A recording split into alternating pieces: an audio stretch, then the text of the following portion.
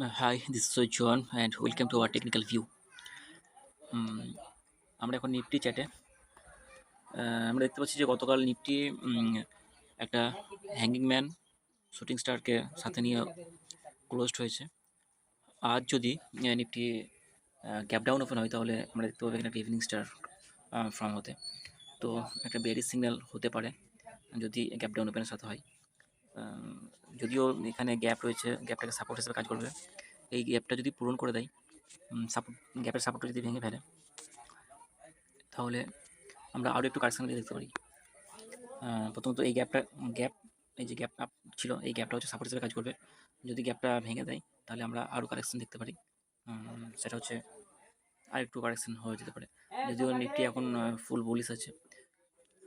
এবার টেকনিক্যাল যদি কারেকশন আসে তাহলে আসবে, যদি না আসে তাহলে অ্যান্টিসিপেট নাই, পার্টিসিপেট করতে হবে, আমাদেরকে অ্যান্টিসিপেট করা যাবে না।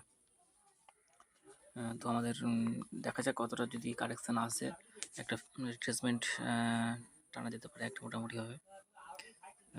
সো 38 যদি হয় তাহলে 530, 530 পর্যন্ত একটা রিট্রেসমেন্ট যদি আসে তাহলে আসা যেতে পারে। সো এটাই হচ্ছে মোটামুটি নিফটির ভিউ। প্রথমত নিফটি ওপেন কালকে ক্লোজড হয়েছে একটা শুটিং স্টার বা হ্যাঙ্গিং ম্যানকে নিয়ে। আজ যদি নিফটি ক্যাপ ডাউন ওপেন হয় তাহলে একটা ইভিনিং স্টার ফর্ম হবে, প্যাটার্ন ফর্ম হবে। তো এরপরে যদি এই গ্যাপটা যেটা সাপোর্ট হিসেবে কাজ করবে, গ্যাপ যদি পূরণ করে ফেলে তাহলে আবার একটু নেগেটিভ হতে পারে নিফটি।